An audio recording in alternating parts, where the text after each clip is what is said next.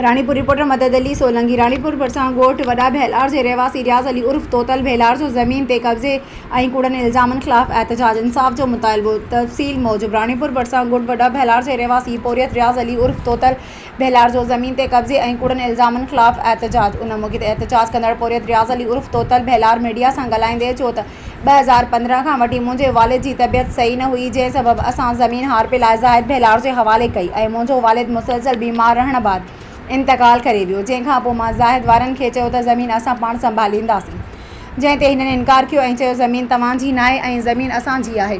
जंहिं बैदि मूं थाणे ते इतला ॾिनो ऐं पुलिस ॿिन्हिनि धुरियुनि खे घुरायो ऐं ज़मीन जा काग़ज़ात खातो वग़ैरह ॾिसी ॻाल्हियूं कयूं। फ़ैसिलो मुंहिंजे हक़ में आयो, पर पोइ बि हिननि ज़मीन मुंहिंजे हवाले न कई ऐं मां मुसलसल आला अख़्तियारनि ऐं क़ानून इदारनि खे मदद जूं अपीलूं कंदो रहियुसि। जंहिं ते 2 ॾींहं अॻु सोबे देरो थाणे जी पुलिस हिन वटि आई, जंहिं ते ही मूं मथां मछिड़जी पियो ऐं हमिलो करे ॾिनई। जंहिं जो बर वक़्तु मां रानीपुर थाणे ते इतला पिणु ॾिनो, पर पुलिस न पहुती। वेतरी कूड़ो ड्रामो करे मूंखे फसाइण जी कोशिश करे कूड़ी मीडिया ट्रायल पियो करे। मुतासिर रियाज़ Ali उर्फ़ तोतल बहिलार SSP Khairpur DIG Sukkur IG Sindh खां मुतालबो कंदे घुर कई त नोटिस वठी इंक्वायरी कराए मूंसां इंसाफ़ कयो वञे।